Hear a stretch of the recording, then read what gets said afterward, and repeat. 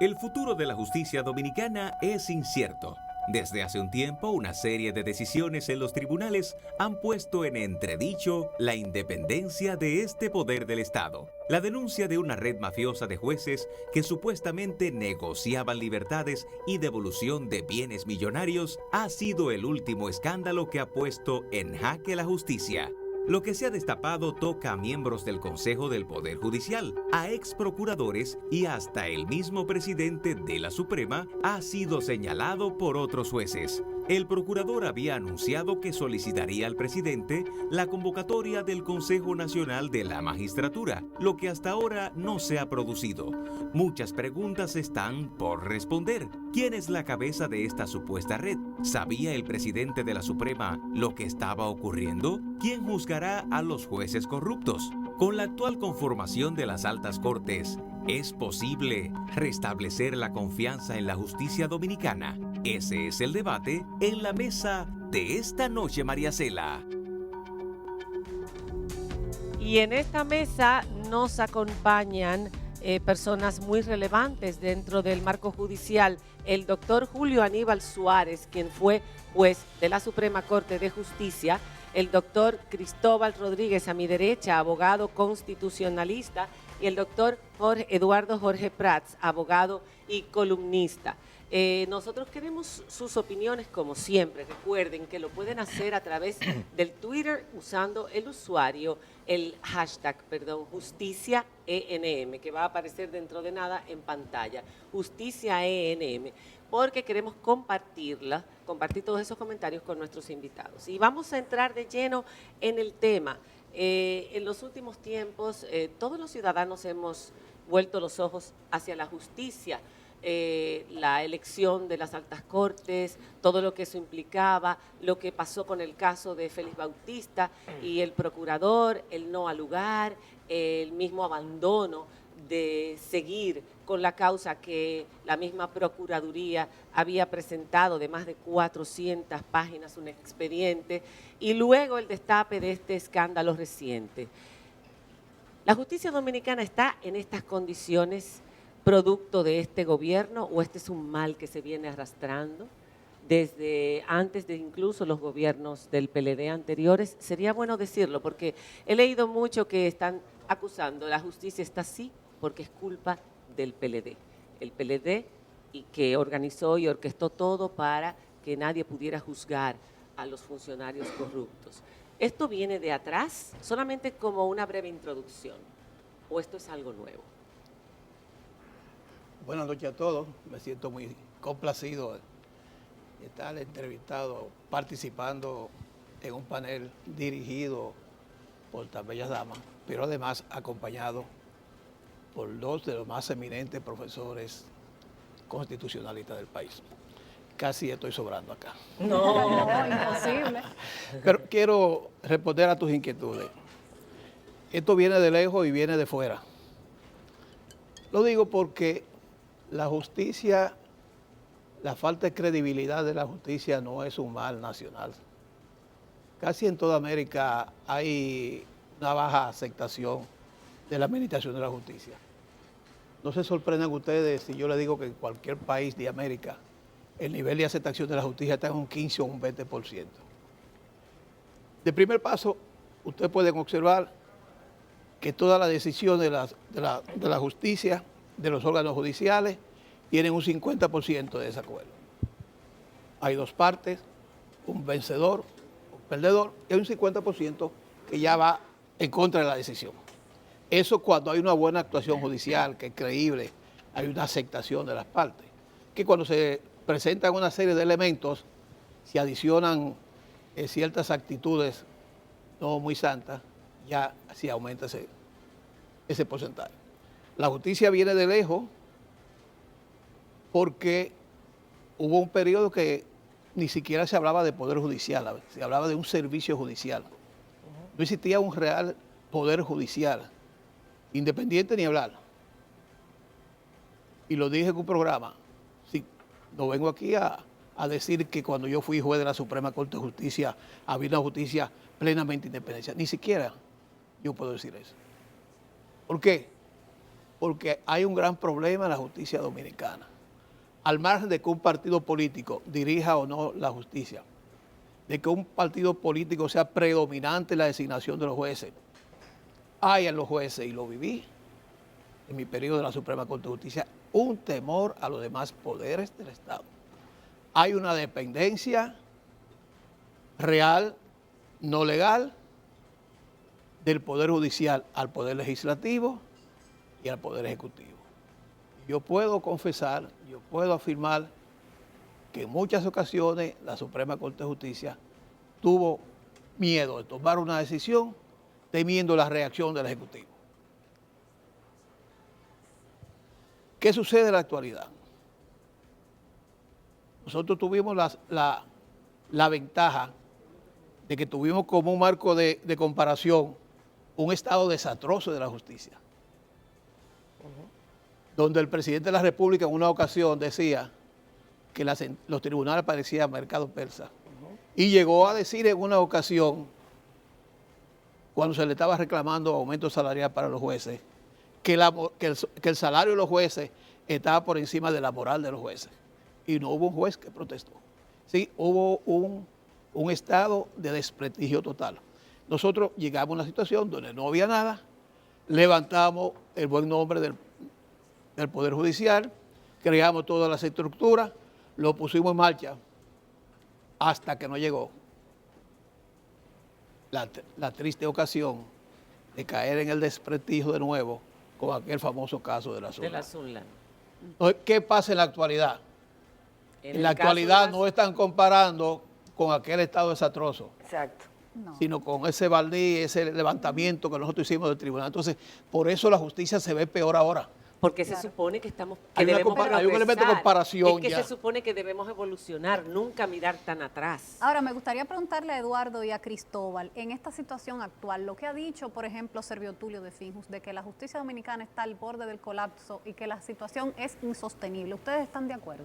Yo pienso que realmente en todo sistema, y el sistema judicial no escapa a ello, hay momentos de crisis. La justicia, como bien decía el magistrado, ha venido evolucionando de una justicia totalmente dependiente, como lo fue la justicia de Trujillo, que funcionaba bien en todo aquello que no tocara a Trujillo, que básicamente era todo, porque Trujillo era, Sí, era el dueño del país. Luego la de Balaguer. Luego viene la justicia de Balaguer, que era una justicia que incluso estaba compuesta por tenientes de la policía, Exactamente. que condenaban con la misma granada, que era el cuerpo de delito que circulaba por el país entero, a una serie de personas que Balaguer consideraban que eran políticos presos y no presos políticos. Había una mentalidad represiva. Luego vino el PRD en el 78 y no fue capaz de modificar esa estructura judicial. Incluso los códigos, principalmente el Código de Procedimiento Penal, comienza a cambiarse en la década de los 90.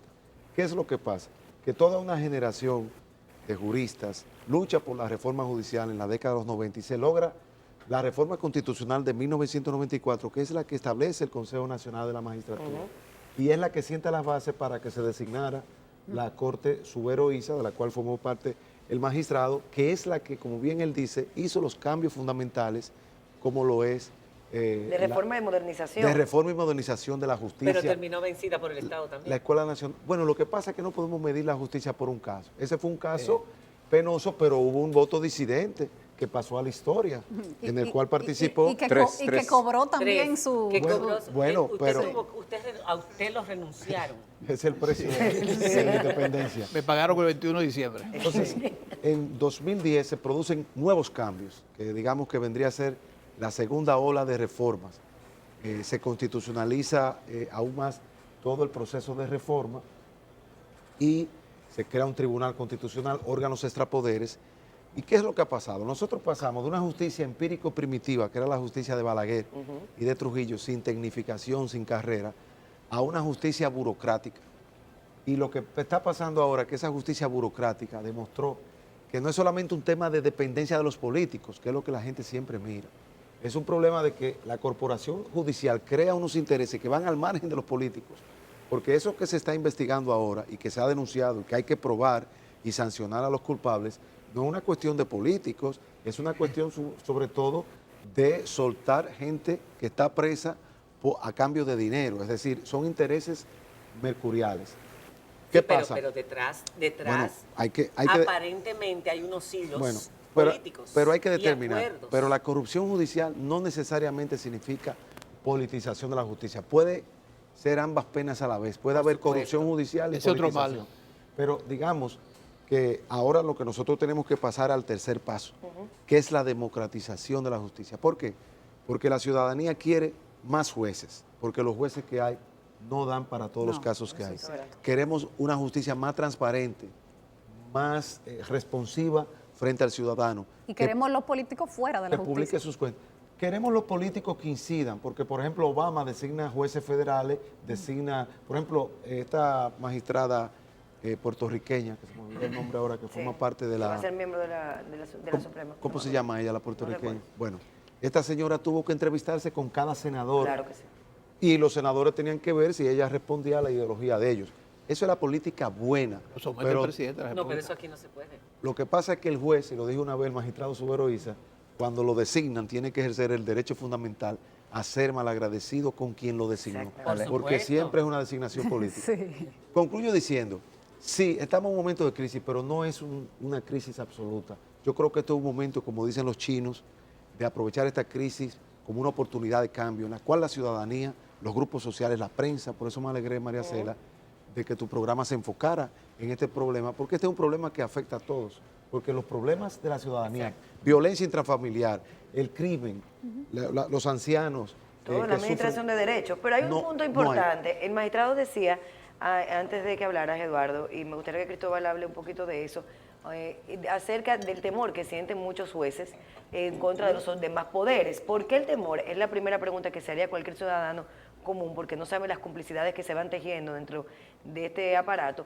Y segundo lugar, en el caso específico que tenemos ahora, el que más nos ha llamado la atención, que es el de la magistrada Aguilda Reyes, estamos hablando de una joven que viene con una formación judicial. Estamos hablando de Francisco Ares Valenzuela, que viene con una formación judicial, que no proviene del ámbito político su designación, y que incluso eran profesores ante la Escuela Nacional de la Magistratura de Ética Judicial, en el caso de Aguilda Reyes. ¿Qué pasa en esos ciudadanos que deberían dar entonces, deberían ser todo lo contrario, porque no es la vinculación política, es mi formación la que me lleva ahí? Mira, yo pienso que en parte lo que sucede hoy, o lo que se ve hoy que sucede en la justicia, es un espejo de lo que sucede en la sociedad a escala general. En todo el ámbito de la institucionalidad, en todo el ámbito de nuestra sociedad. Así lo vemos por todas partes. La compra y venta. Entonces, no puede haber, eso es una cuestión elemental, no puede haber en una sociedad con las deficiencias institucionales, con los problemas del aparato político institucional que tenemos en República Dominicana, sin que esa justicia refleje esos problemas. Eso es imposible. Entonces, Pero más que culpar a todos los estratos de la sociedad, no sería estoy diciendo quién es el culpable, estoy diciendo No. que la justicia Su funciona en gran medida como un efecto reflejo de la sociedad. pero sobre todo el gobierno. Es decir, si el gobierno corrompe, es muy difícil que la justicia juzgue a ese gobierno. Yo no estoy hablando de la justicia al pueblo. Vamos a hablar de la justicia que nos interesa aquí. La justicia a los poderosos. Y los poderosos últimamente tienden a ser los políticos. Entonces, si el gobierno está corrompido y domina a la justicia y la maneja, ¿cómo esa justicia puede algún día esperarse que pueda juzgar? Ahora, si la sociedad está corrompida, el gobierno no, y la justicia no, las cosas pueden caminar. Lo que pasa, María Cela, es que no lo podemos ver así. Y me explico. Es decir, hay problemas de falta de independencia de la justicia respecto de la política, pero Eso lo es que grave. estamos viendo hoy es algo peor, es algo más grave. Aquí tenemos décadas luchando por independizar la justicia de la política. Ahora el problema es que tenemos que empezar a trabajar para independizar la justicia del crimen organizado. Y ese es un problema inédito en la República Sí, Dominicana. pero el crimen organizado, como hemos Inédito en podido la ver, República también Dominicana. está asociado Porque los escándalos, a estratos políticos. los escándalos que se han hecho públicos recientemente en el país, lo que tienen detrás son estructuras criminales. La devolución de bienes, por ejemplo, a personas narcotráfico. condenadas por narcotráfico, por lavado de activos, por ejemplo, la libertad de sicarios asociados a partidos políticos, es que vemos detrás de todo esto la mano política. Insistimos, sí es verdad que el narcotráfico todo lo corrompe, pero para eso sería mucho más fácil de controlar que si es el gobierno mismo y los acuerdos políticos que están dominando. Y evidentemente después que se desató esto, hemos visto muchas manos, hemos escuchado testimonio de muchas personas hablando de quiénes están detrás de esto. Vamos a seguir con esta discusión. Aguántate ahí, Cristóbal. Después de esta pausa y a compartir los comentarios de la gente. Vámonos por el lado de la corrupción política y la impunidad, que es lo que sienta el precedente y el ejemplo para el resto de la sociedad. Los de abajo dicen, si a los demás no lo juzgan, ¿por qué a mí sí? Ya volvemos.